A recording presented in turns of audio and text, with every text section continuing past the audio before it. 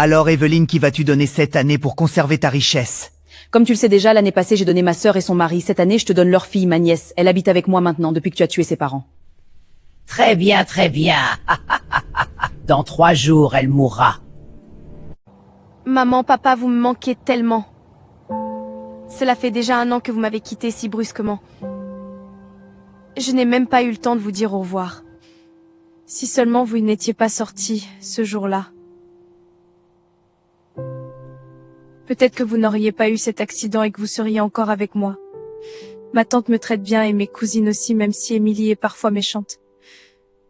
Ma tante essaie de me rendre heureuse, mais rien ne pourra effacer ce chagrin en moi. Où est Elisa? Je ne l'ai pas vue depuis ce matin.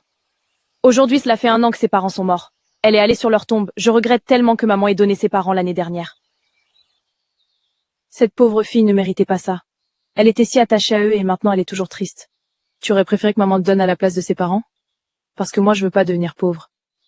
Je préférerais être pauvre. Ça me fait tellement mal de voir cette fille souffrir autant à cause de nous. Es-tu vraiment la fille de maman? Comment peux-tu être aussi idiote? En passant, où est allée maman? Elle est sortie très tôt ce matin. Elle m'a pas dit où elle allait. Fiston, as-tu préparé ton prêche pour le culte de cet après-midi? Oui, papa, je vais parler de la sanctification.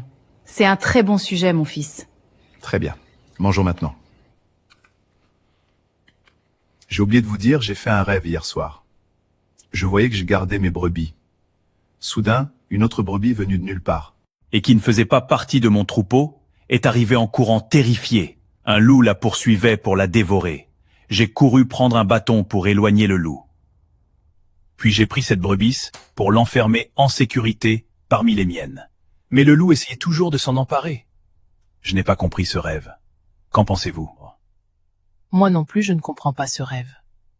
Je pense que tu devrais prier pour demander à Dieu de t'en révéler la signification. Oui, papa-maman a raison.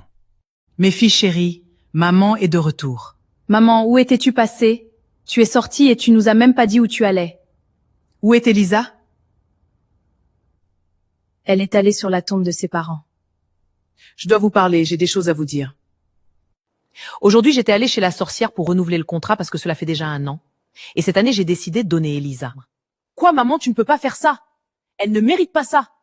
Tu as déjà tué ses parents. Tais-toi, idiote. Ne sais-tu pas que si maman donne personne, on va perdre tous nos biens, et l'un d'entre nous va mourir? Je sais que tu es devenue attachée à Elisa. Mais j'ai déjà pris ma décision.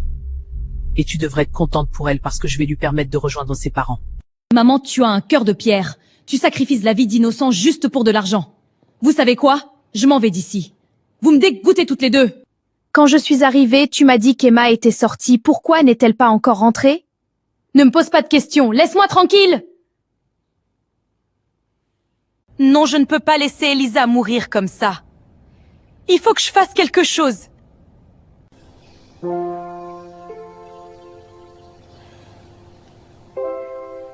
Mes frères et sœurs, quand vous êtes un enfant de Dieu, quand vous avez Jésus dans votre vie, rien ne peut vous arriver. Venez vers Dieu, c'est à vous que je parle, il vous attend.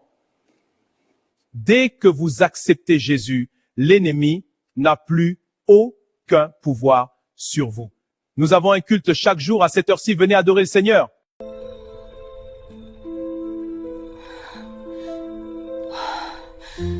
Mais où étais-tu passé? Tu n'as pas l'habitude de traîner dehors aussi tard, j'étais tellement inquiète.